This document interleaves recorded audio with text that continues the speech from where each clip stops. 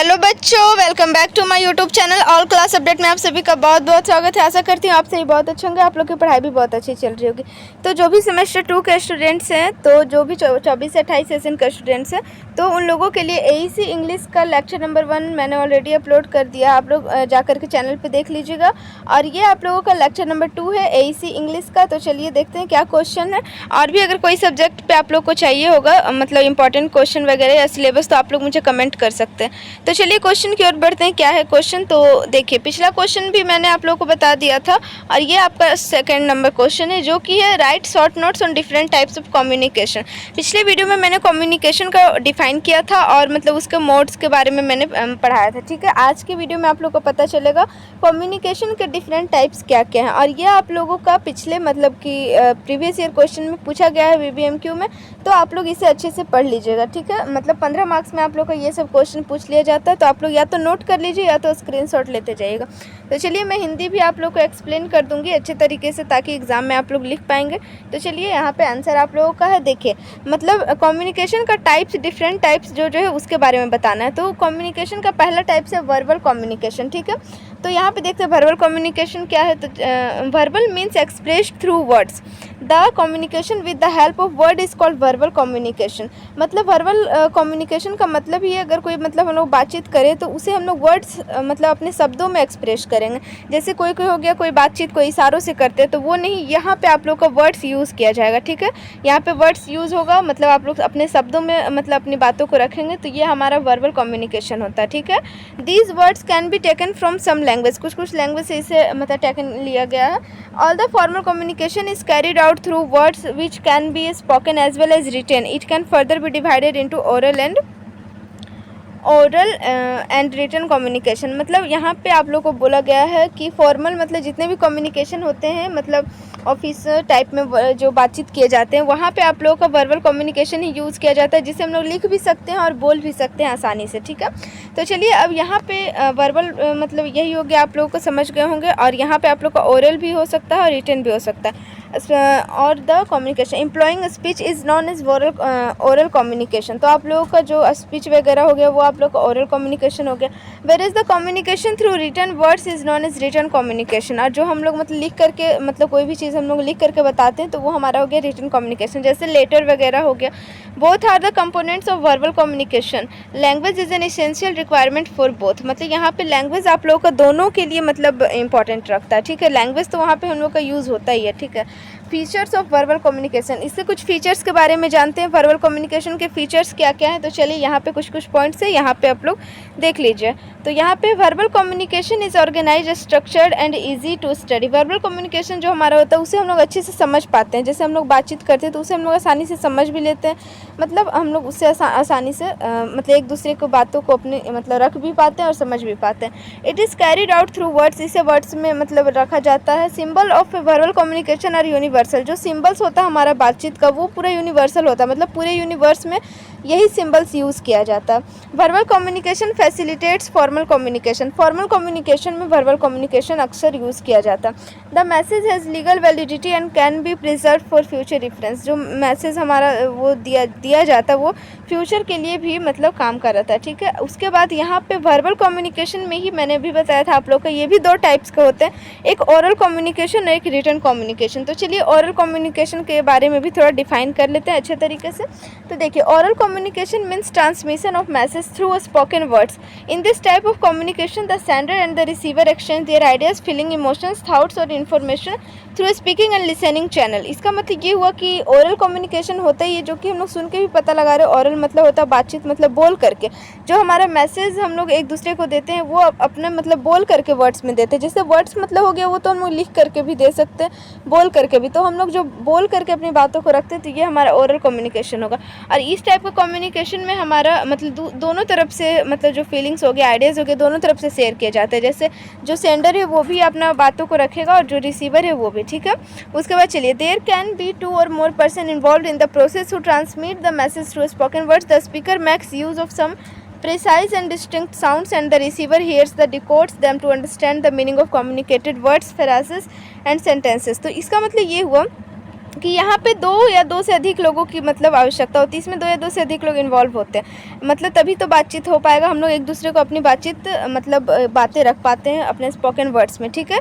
यहाँ पे कुछ कुछ साउंड्स का भी यूज़ किया जाता है, जो कि रिसीवर्स होते हैं वो सुन करके भी मतलब कुछ कुछ अपनी बातों को फिर उससे पता लगाते हैं वो किस टोन में बोला जा रहा है, ठीक है, ये पता चलता है। उसके बाद चलिए आगे है, यहाँ से आप लोग का देखिए, आप लोग स्क्रीनशॉट लेते जाइएगा। उसके बाद यहाँ पे है they can do so either through face-to-face interaction or with the help of some mechanical and electronic device. Face-to-face oral communication is the most recognized form of human communication. It requires the presence of both the speaker and the listener at the same time and the same place. Non-verbal means like body movements, facial expression, eye contact, etc.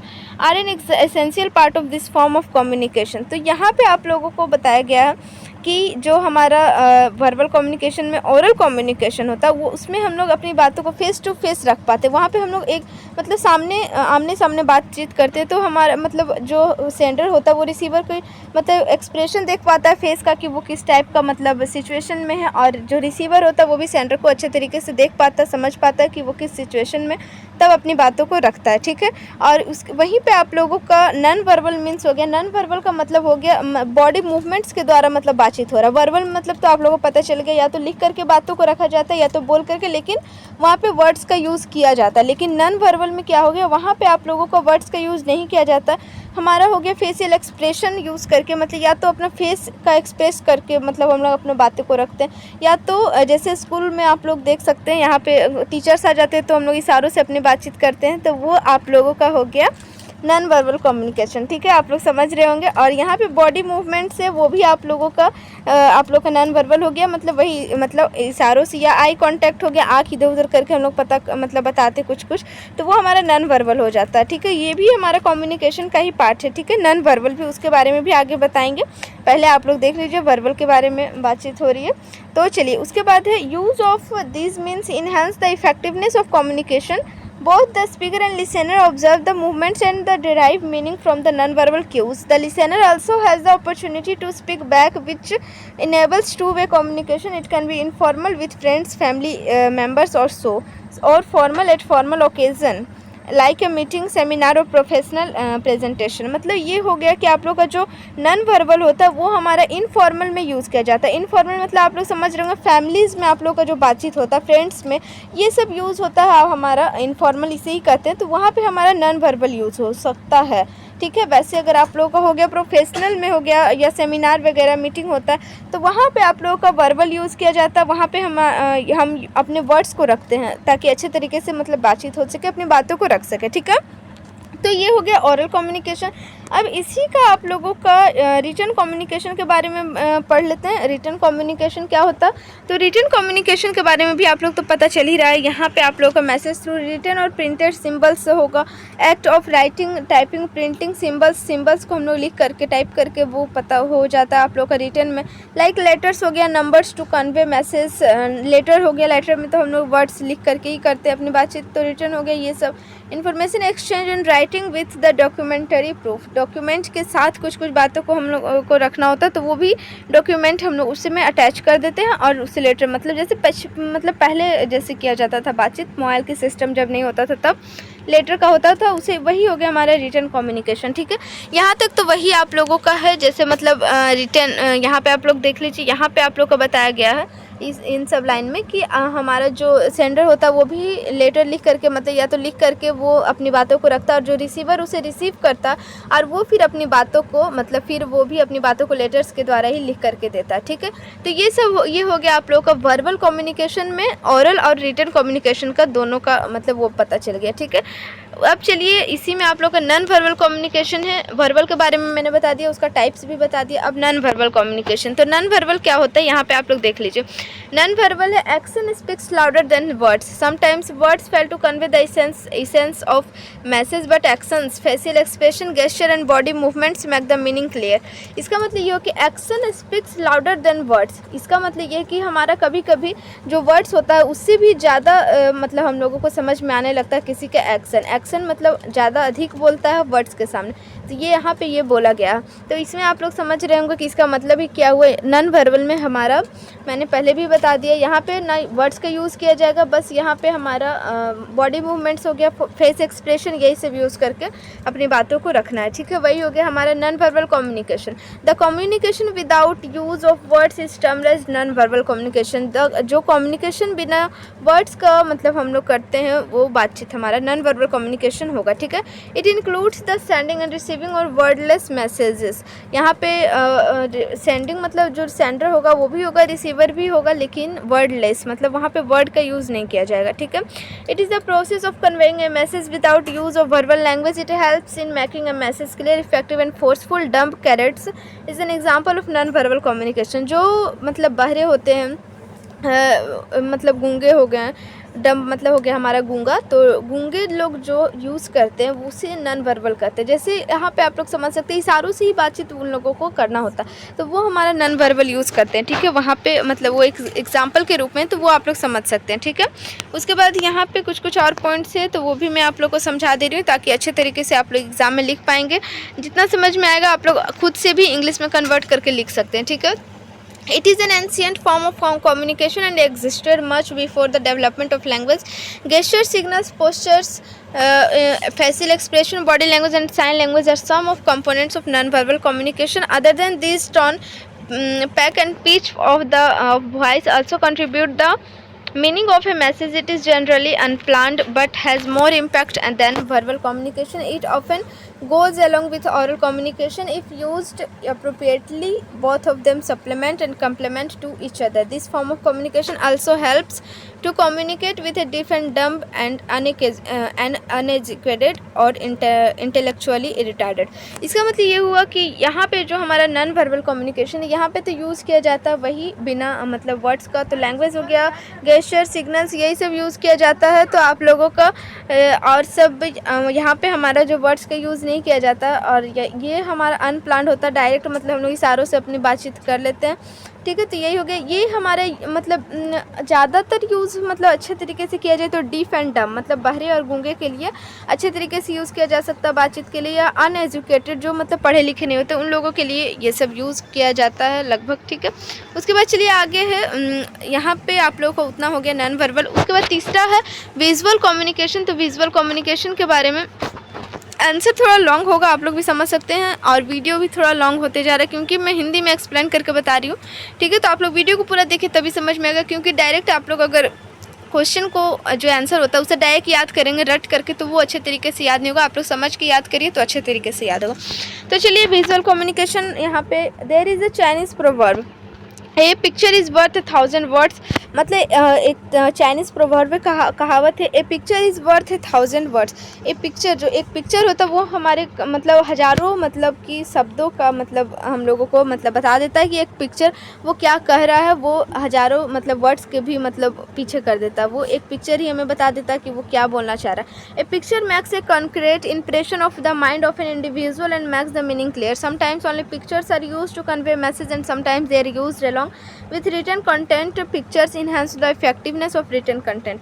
इसका मतलब ये हुआ कि जैसे picture, जैसे आप लोग road पे भी देखते होंगे कुछ पिक्चर्स लिखा मतलब बनाया हुआ रहता है, कचरा का हो गया या फिर साफ़ सफाई या फिर पर्यावरण के बारे में, तो बस पिक्चर से ही हम लोग समझ जाते हैं ये हमें मतलब क्या बताना चाह रहा है, ठीक है।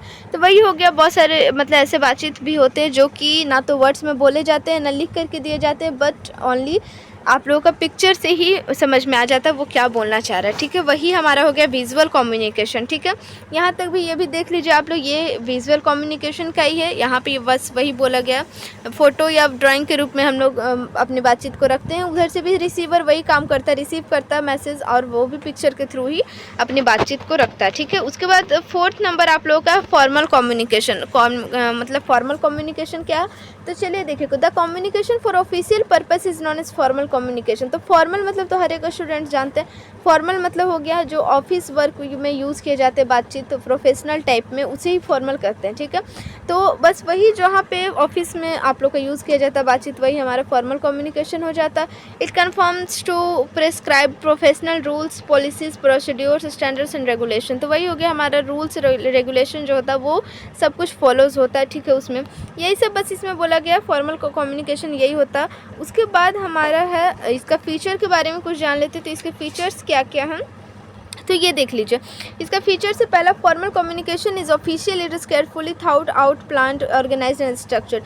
जो फॉर्मल कम्युनिकेशन होता है वो ऑफिशियल मतलब ऑफिशियली टाइप का होता है, और यहाँ ये जो बातचीत रखी जाती है ध्यानपूर्वक अच्छे तरीके से रखी जाती है, जो कि पहले से ही प्लान्ड होते हैं। मतलब जैसे आप लोग कोई मीटिंग में ही जा रहे हैं, सेमिनार में, तो वहाँ से पहले से ही प्लान्ड होता है कि हाँ मुझे जा कर के ये बात वहाँ पर रखना है। ये सब मतलब यही हो गया हमारा फॉर्मल कम्युनिकेशन, ठीक है।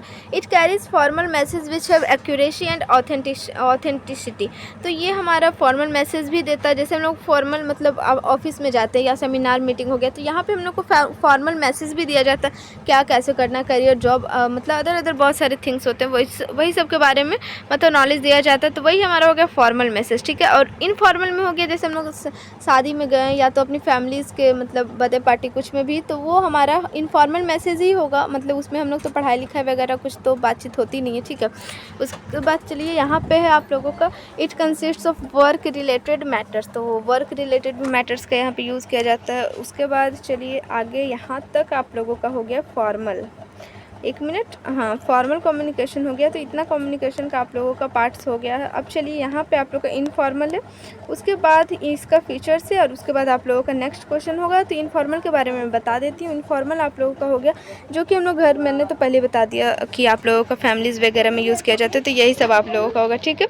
इतना आप लोग देख लीजिए, स्क्रीनशॉट ले लीजिए, ठीक है। उसके बाद चलिए यहाँ तक आप लोग समझ गए होंगे। अब यहाँ पे आप लोग का यहाँ कुछ फीचर्स दिया हुआ है, उसके बाद आप लोग का ये यहाँ पे एंड होता है। तो चलिए मिलते हैं नेक्स्ट वीडियो में, तब तक के लिए बाय बाय। और जो भी आप लोग को चाहिए हुआ कंटेंट आप लोग कमेंट कीजिएगा। वीडियो बहुत लंबा हो गया है, इसलिए वीडियो को यहीं पे एंड करते हैं, ठीक है। आप लोग जो भी कंटेंट चाहिए होगा तो आप लोग मुझे कमेंट कर सकते हैं। तो मिलते हैं नेक्स्ट वीडियो में, तब तक के लिए बाय बाय। चैनल को सब्सक्राइब कर लीजिएगा, वीडियो को ज़्यादा से ज़्यादा शेयर कीजिएगा।